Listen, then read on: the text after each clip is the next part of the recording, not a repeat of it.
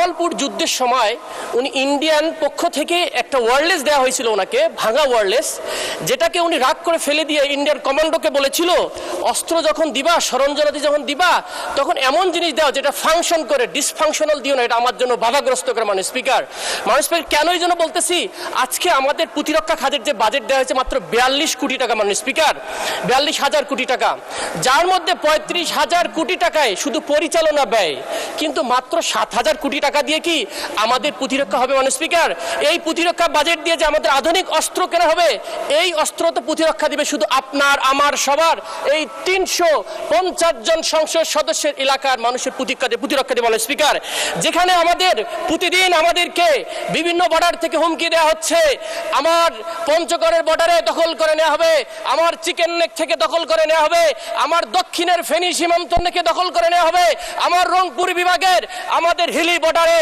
আমাদের দিনাজপুর অঞ্চলে, মাননীয় স্পিকার পলাশবাড়ির গাইবান্ধা, আমার কুড়িগ্রাম, সর্বমহল থেকে যখন আমার কাছে থ্রেটেন আসে, রাষ্ট্রীয় সভরেন্টি সিকিউরিটি যখন আমার থ্রেটা, মাননীয় স্পিকার, তখন এই বাজেট দিয়ে আমাদের প্রতিরক্ষা খাত বরাদ্দ হয়নি। মাননীয় স্পিকার, আমি যদি এই দিকেও তাকাই, মাননীয় স্পিকার, আমাদের মায়ানমার সাইডে যুদ্ধ চলমান, মাননীয় স্পিকার, সেখানেও আমাদের ফ্রন্টে চলমান রয়েছে।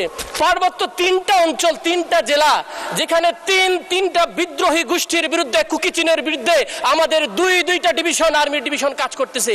এই বরাদ্দ দিয়ে কি আমাদের প্রতিরক্ষা হবে? মাননীয় স্পিকার, আমি যদি নেভালের কথাও বলি, যেটা আমাদের সামুদ্রিক লাইফলাইন বলি, আমাদের বঙ্গোপসাগর, সেখানে মাত্র সেই 1980 সালের দুইটা সাবমেরিন আছে, আর কিছু অল্প কিছু ফ্রিগেট আছে।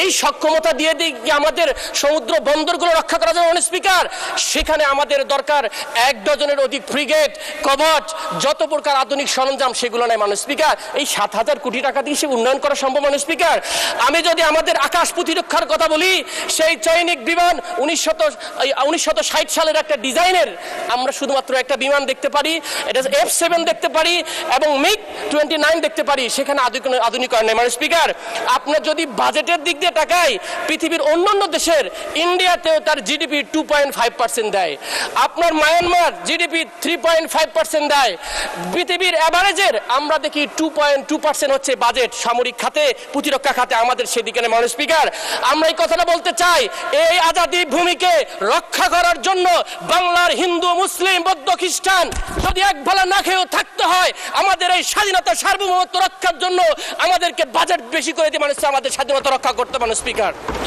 মাননীয় স্পিকার, আমাকে একটু সময় বাড়িয়ে দিতে হবে, আমার কিছু কথা আছে। মাননীয় স্পিকার, কেন বলতেছি, কারণ প্রতিনিয়তই আমাদেরকে আমার রংপুর না, আপনাদের সবাই থ্রেটেনে আছে আমাদের স্বাধীনতা নিয়ে। মাননীয় স্পিকার, আমাদের এই সবার দেশ, এটাকে আমাদের রক্ষা করতে হবে। মাননীয় স্পিকার, এখন আসি মাননীয় স্পিকার, একটু ব্যাংক খাত নিয়ে একটু কথা বলতে হবে।